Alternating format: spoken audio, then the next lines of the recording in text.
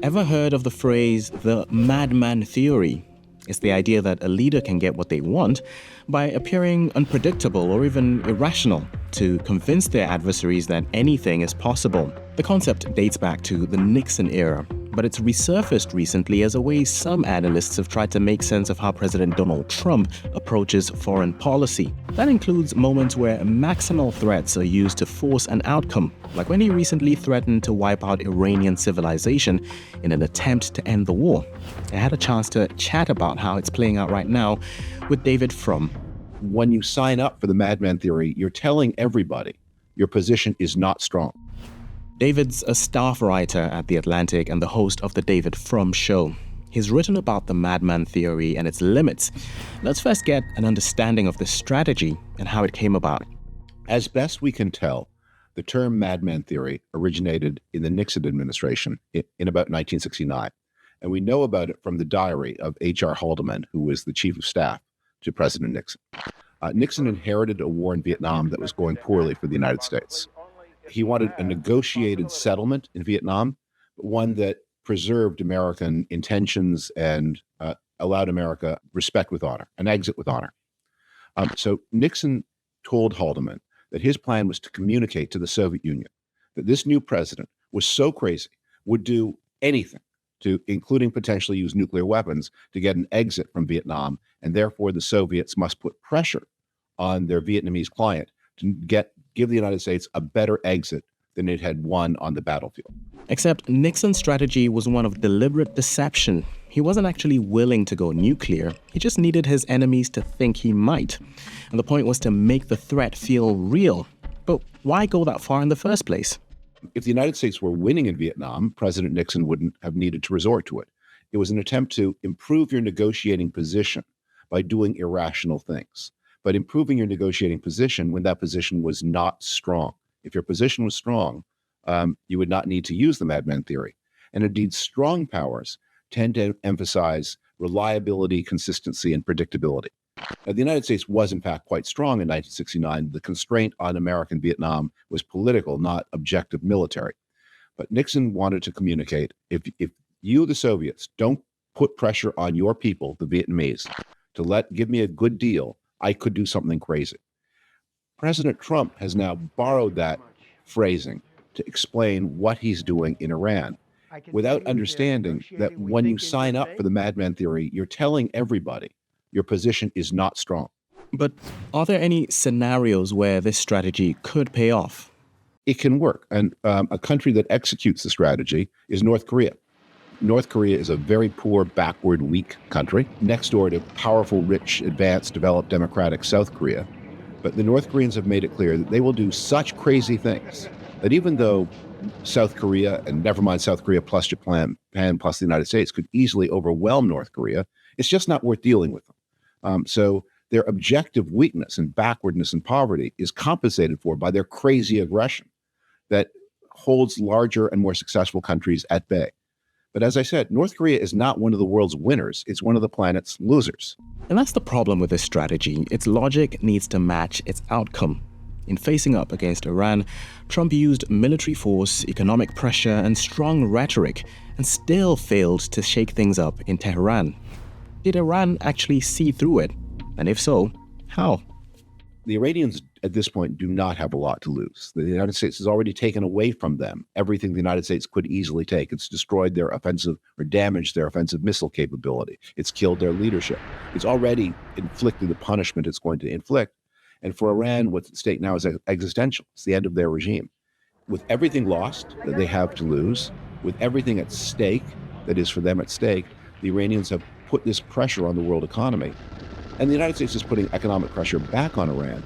But the difference is the Iranians don't care about the well-being of their people. They murdered 30,000 of them in January. They don't care about making them poor. They were happy to make them dead, so they don't care about making them poor.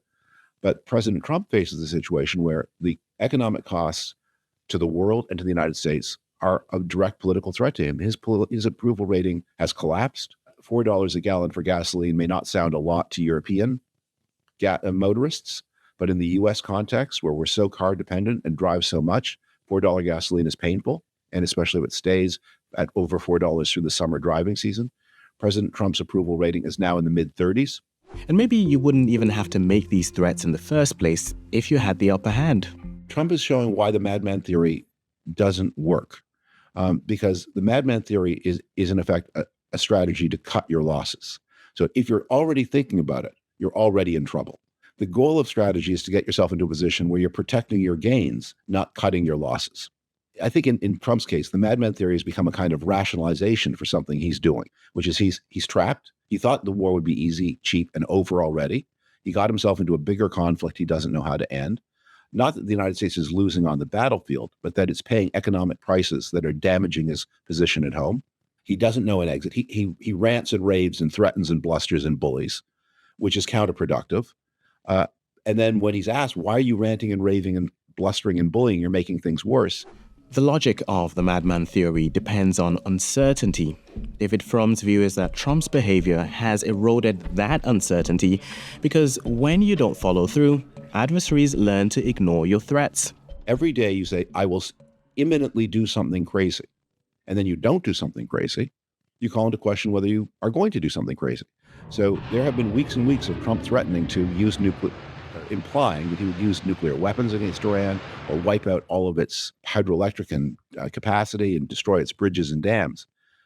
And what everyone is telling him is, if you do that, if you hit Iran in that way and inflict so much damage, if you reduce it just to absolute poverty, you'll create a migration crisis like the Syrian migration crisis 10 years ago. The Syrian migration crisis destabilized all of your partners. It sent 10 million people out of Syria into either internal displacement or to Turkey and then on to Europe. It caused economic crisis, political crisis, and Iran is a much bigger place than Syria. Do you want to send Iranian refugees spilling over into Central Asia, into Pakistan, into Europe? Is that what you want? That's what you'll get. And because he doesn't want that, he makes these threats, but he doesn't execute them. And every day that he makes a threat and doesn't execute is a day that Iranians learn not to care about his threats. This simply isn't a question of chaos versus control. David Frum argues that Trump's behavior reveals a consistent reluctance to cross certain lines and that adversaries, including Iran, can read it. It's a genuine question how rational an actor President Trump is. In many ways, he does seem to be, his mind doesn't seem to operate in rational ways. He seems especially to have a very distorted view of himself. He seems to he seems to have reading impairments. Some people have diagnosed him as having narcissistic syndromes, but these mental conditions, if they exist, are not the kind of outright delusion that we would ordinarily regard as conventional slang craziness. He does seem to have a kind of canniness and awareness of survival, which is the thing that a madman does not have.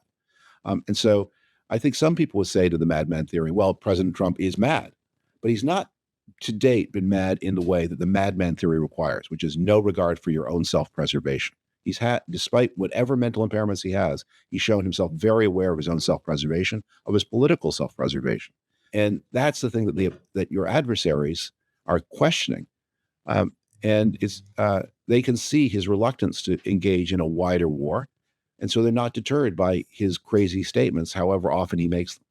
One takeaway from this conversation is that strategies built on intimidation and unpredictability often narrow choices rather than expand them.